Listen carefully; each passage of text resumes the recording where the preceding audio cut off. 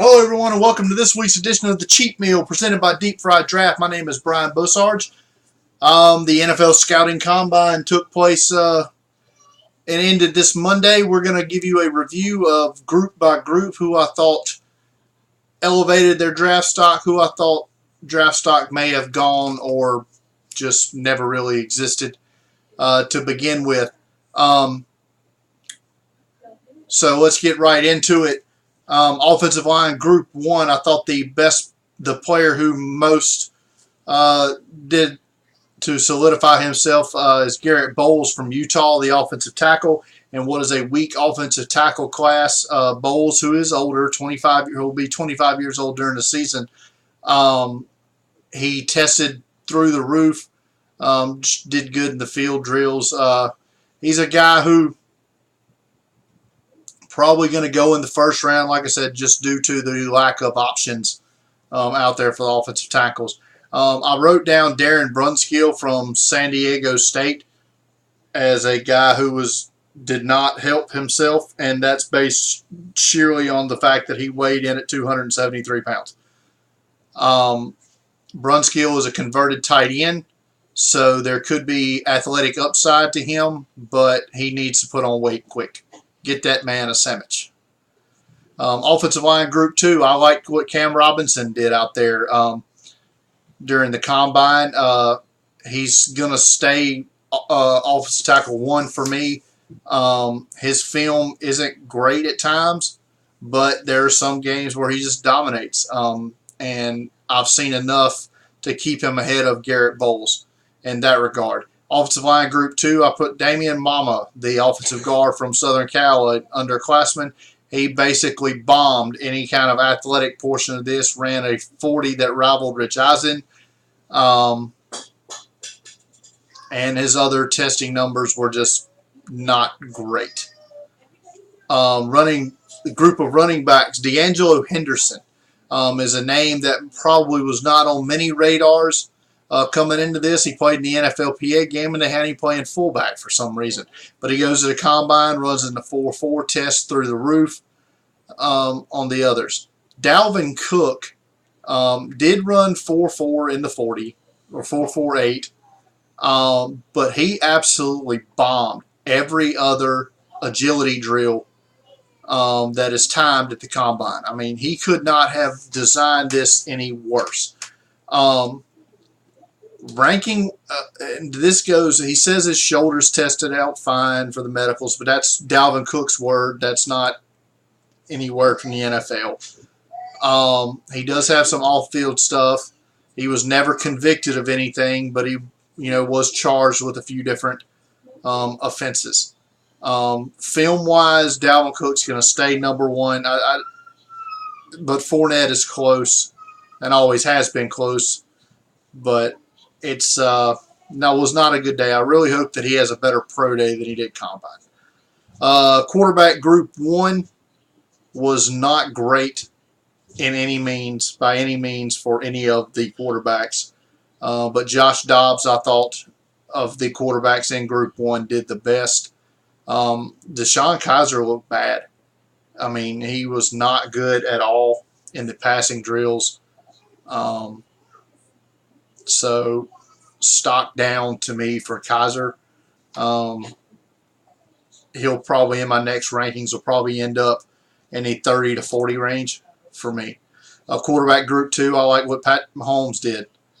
Threw the ball really well. Ran in the 4.8 range. Showed enough to me. Cooper Rush did not belong on the field. It looked like he's from Central Michigan. He was not very good at all. Wide receiver group one. Where has Robert Davis from Georgia State been? This guy, 20 plus reps of the bench, 4.4 speed. Rest of his agility times were great. Highly productive at Georgia State. Now, I'll say this. I have not put in the film work on him yet. He's a guy I would love to be able to watch some games on between now and draft to see where to properly slot him. But just based off of times, I mean, he's a riser. Isaiah Ford from Virginia Tech, 4.62 speed. Ugh. Not great. Not great for the underclassman Hokie receiver. Wide receiver group 2, it's got to be the record setter, John Ross. 4.22 official. Breaks the combine 40-yard dash record set by Chris Johnson. With Ross, not doubting his speed, you're doubting his medicals. A laundry list of injuries for John Ross. He'll have that to deal with. Down for me was Ricky Seals-Jones, wide receiver from Texas A&M, who, I don't know, he's got tight end size. Weighed in at 6'5", 240-ish, but ran slow. Agility, bad. Like I said, he was a 5-star recruit coming out of high school, never really panned out, was not very productive at Texas A&M. Is he a guy that is going to click for in the NFL? I don't know. I mean, maybe we're looking at a split tight end or a change in the future for Ricky Seals-Jones. Speaking of tight ends, their group, I wrote down 2 names. One was George Kittle from Iowa, who tested through the roof. It's a guy I've got to go back and do some more on. I didn't really think much of him coming into the combine, but he's definitely a guy that's sending me back to the tape, so to speak. Evan Ingram, 230-something pounds, runs in the 4.4s. There's talk he could get into the bottom end of the first round now. I still think he's an early second-round guy, but a great combine for Evan Ingram. The name I wrote down as stock down was Eric Salbert from Drake, because he didn't do anything at the combine but weigh in. So he lost an opportunity to stand out with this. While this was probably the best tight end group we've ever seen at the combine, and he lost out on that opportunity to impress along with the rest of them. Defensive line group number 1, hard to do better than what Myles Garrett did. Solidifying himself as the number 1 pick in the draft. Garrett, 270 pounds, runs in the 4.5s. Vertical and broad were really good. Just outstanding work for Myles Garrett. Dylan Donahue from West Georgia, NFLPA game player. The guy just ran around on the field like a chicken with his head cut off, and that's not in a good way. I mean, he was completely reckless in the drills, and he didn't test all that well either. Probably coming into this, maybe a mid-round pick. Now, at this point, I don't know if he's a draftable guy. At best, maybe 7th-round pick, special teams guy. Defensive line group 2, 2 names here. I couldn't just pick one. Hassan Reddick continued his meteoric rise from the Senior Bowl. A guy who was maybe a 4th-round pick when the process started. Now, nobody would be surprised if he was a mid-first-round pick. Reddick just tested through the roof at the combine. Looks great in the field drills as he did at the Senior Bowl. Same for Jordan Willis from Kansas State. If you compare Jordan Willis side by side, his combine with that of Jadeveon Clowney a few years ago, Willis is at or better than what Clowney did, which is incredible considering the great combine he had a couple of years ago. Willis had 2 sacks in the Senior Bowl game. So he's another guy that I'm hearing talk that could get into that, back end of the first round. Stock down to me for Tack McKinley. The man struggled just to take direction. I mean, 4 different times the drill had to be stopped, and he had to be because the coaches had to go back over with McKinley what he did wrong. I mean, I don't know how that actually factors into some teams' grades, but to me, it just shows lack of discipline. And on top of that, he had surgery the day after the combine, his workouts at the combine. That's going to sideline him. Probably going to, at best, you're looking at he's going to start on the PUP list for his rookie season. So I don't know how that's a first-round guy anymore, if he ever was. I still think he's a probably late second round guy at this point, but you're taking a risk. The linebacker group, T.J. Watt from Wisconsin, tested through the roof. He's, of course, the brother of J.J. Watt and Derek Watt, but he's a guy who has pass rush skills, and with his testing, you could see that. Stock down for me was a guy I never really thought much of anyway, but the combine just confirmed it, was Keith Kelsey from Louisville. Slow 40, not great position workouts, just not a good day for Keith Kelsey. DB Group 1, another guy who's going to send you back to the tape, is Shaquille Griffin from UCF. Runs into 4.3s. Good size and length. So he's a guy who definitely could be moving up the charts from what was probably a late round pick to possibly in that early fourth round range. Stock down, sad to say, is Lorenzo Jerome from St. Francis in Pennsylvania, who had 2 picks in the NFLPA game, then gets called up to the Senior Bowl, has 2 picks and a fumble recovery at the Senior Bowl game. Had a great week of practice at the Senior Bowl, but runs 4.7 140. Agility drills not so good. I don't know. He could be a gamer. Maybe that's all it is. I mean, Jerome was probably a 4th round pick. He could still go in that range, but now, I mean, I think anywhere between the 4th and 6th round, probably where Lorenzo Jerome's going to come off the board.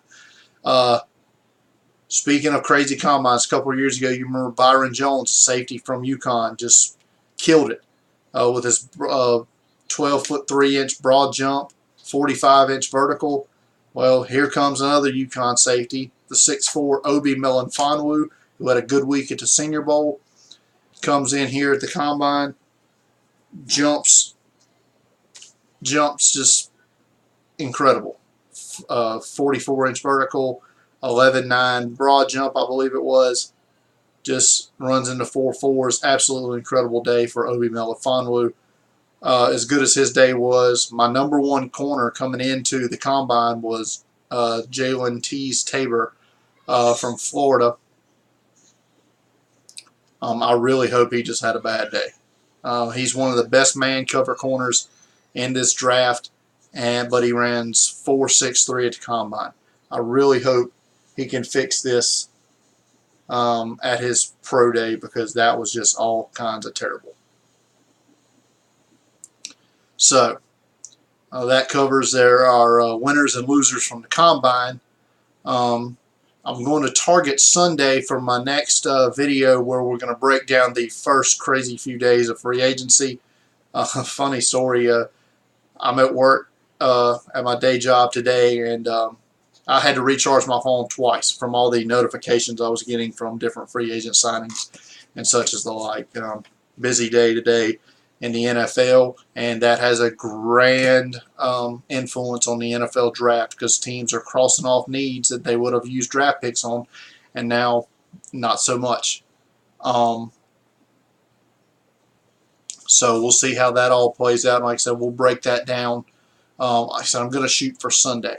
Going to be a busy weekend for Deep Fried Draft. I also plan to have all the position rankings, my top 100 overall board, and then further that down to the top 300 board, big board overall. I plan to update all that this weekend, and I'm going to target early next week for the release of my next mock draft.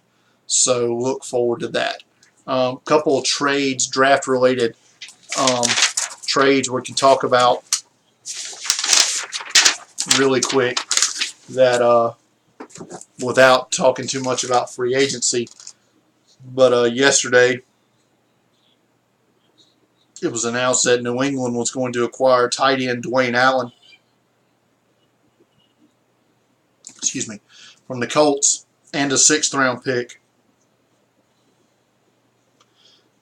Indianapolis acquires a 4th round pick from New England. This is nearly the exact same trade New England made a year ago to acquire Martellus Bennett, who is leaving as a free agent. Also today, in what is being described as a trade that you normally only see in the NBA, the Houston Texans basically made a salary dump trade where they trade off Brock Osweiler, quarterback. They signed to a 4-year, $72 million contract last year. And they also trade a 2018 second-round pick and a 2017 6th-round pick. Houston gets the 4th-round pick from the Cleveland Browns. And Cleveland, for all intents and purposes, will probably be releasing Brock Osweiler if they can't find a trade partner for him. Basically, Cleveland went into the day with about $105 million in cap room, and they have to spend most of it. So this way, they basically bought a 2nd-round pick into the 2018 draft. It's something you don't see outside of the NBA. This is like almost a first for the NFL. So it's interesting to see nonetheless. That's going to do it for this video, our combine breakdown.